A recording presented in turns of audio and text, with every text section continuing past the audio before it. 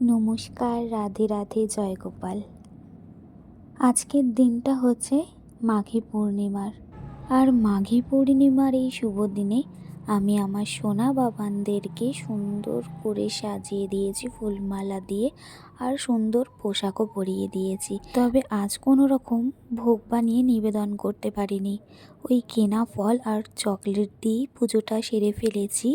আর পুজো দিতে দিতেই আমার পাশের রুমে যে থাকে ফ্ল্যাটে, সে ফোন করেছে। তো ফোন করে বলছে ওর ঘরে সত্যনারায়ণ পুজো আছে, 2টোর সময় ঠাকুরমশাই আসবে, তো তুমি এসো। তো এই কথাটা শোনা মাত্রই আমি বললাম, যখন পুরোহিত আসছে, আমি এখনও না পুজো দিয়েছি, মানে আমার শেষ পথে ছিল পুজোটা, তো আমি কিছু খাইনি। যখন ঠাকুরমশাই আসছে আমি তোমার ঘরে তাহলে অঞ্জলি দেব। তো বললো আচ্ছা বেশ, চলে এসো। আমি বললাম তোমার যদি কোনো সাহায্য লাগে আমি ঘরেই আছি, আমার শুধু আমার ছেলেটার জন্য মানে গুজির জন্য খাবার বানাতে হবে, আর ওকে খাইয়ে দিলেই আমি ফাঁকাই থাকবো, আমার হাতে অনেক সময় আছে। তো তোমার যদি কোনো রকম কোনো দরকার লাগে আমায় বলো। তো আমায় বললো যে না, এখন কোনো দরকার নেই, ওরা টুকটুক করে সমস্ত কাজ দুজনে এগিয়ে রেখেছে, আমাকে শুধু গিয়ে ওই নৈবেদ্যের থালাতে সাজানোর জন্য ফলগুলো কেটে দিতে হবে। তো আমি সেই মতোই বুঝিকে খাইয়ে রেখে চলে গেলাম ওর ঘরে। তো গিয়ে একটুখানি ফলগুলো কেটে সাজিয়ে দিলাম, আর সাজিয়ে দেওয়ার পরে কিছুক্ষণ অপেক্ষা করতে হলো, চলে এসেছে ঠাকুরমশাই। আর ঠাকুরমশাই এসে পুজোতে কিন্তু বসেও গেছেন। যখন পুজো শুরু হয়েছে মনের মধ্যে শুধু একটা কথাই ঘোরাফেরা করছে, মানে আজকে কি ভাগ্যক্রমে আমি সত্যনারায়ণ পুজো অঞ্জলি দিচ্ছি, কারণ এটা হওয়ার ছিল না, মানে আমি জানি না কি করে হয়ে গেল। আমি অনেকবার পুজো দিতে অঞ্জলি দিতে চেয়েছি, কিন্তু কোনো দিন কোনো রকমভাবে হয়নি, নয় বাধা পড়েছে, নয় আমি পুজো দিতে যেতে পারিনি। অবশ্য আমার শ্বশুরবাড়িতে যেটুকু পুজো হয় যখন থাকি, সেইটুকু পুজোতে আমি মানে অঞ্জলি দিতে পারি। তবে যেহেতু ঘরে গোপুসোনারা রয়েছে, অঞ্জলি বলতে আমি ওদেরকেই ভোগ নিবেদন করে তারপরে সেই ভোগের প্রসাদ খাই, কিন্তু এভাবে অঞ্জলি দিয়ে পুজো আমি কিন্তু অনেক বছর পর দিলাম। আর আমার জীবনের কিন্তু সত্যনারায়ণ পুজোর অঞ্জলি দেওয়া উপোস করে এবার কিন্তু প্রথম। আর দেখো, যাদের ঘরে আমি পুজো দিতে গেছি, যারা আমার প্রতিবেশী হয়, তারা হচ্ছে এই দুটি মানুষ। আমাদের এই বিল্ডিংটায় খুব একটা লোক ছিল না যখন আমি এসেছিলাম। আমার প্রথম আলাপ কিন্তু আমার এই প্রতিবেশীর সাথে, আর আমার এই প্রতিবেশীর সাথে টুকটাক যা কথা হয়।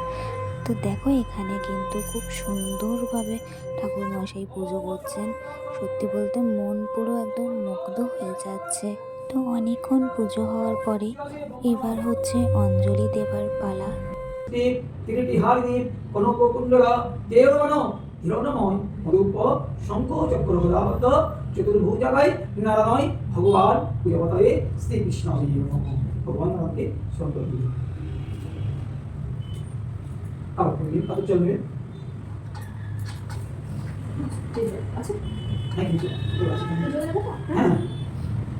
হ্যাঁ এইভাবে করবে এইভাবে অঞ্জলি দেওয়ার পরেই উনি সত্যনারায়ণের কথা শোনালেন, ব্রত কথা যাকে বলে।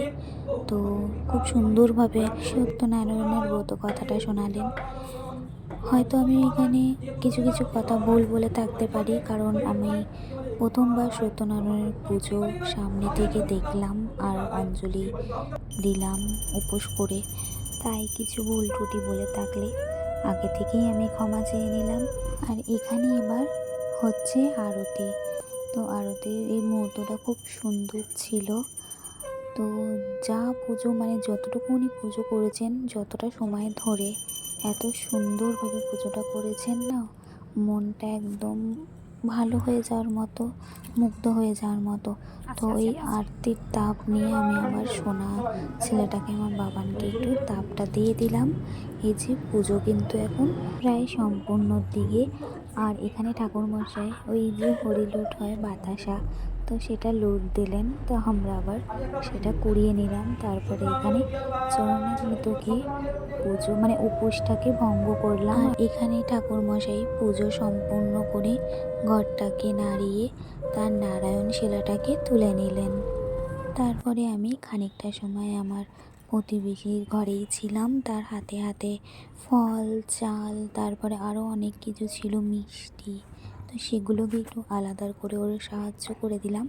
পরেও আমাকেও প্রসাদ বেড়ে দিয়েছিল, তো সেটা নিয়ে আমি ঘরে এসে প্রসাদটা খেলাম। আর সত্যি বলতে অনেক বছর পর আমি সিন্নির ভোগ প্রসাদ খেলাম। দারুণ দারুণ দারুণ স্বাদের হয়েছিল। আমি এরকম মিষ্টি খাই না, তবে সিন্নি প্রসাদটা আমার ভীষণ ভালো লেগেছে।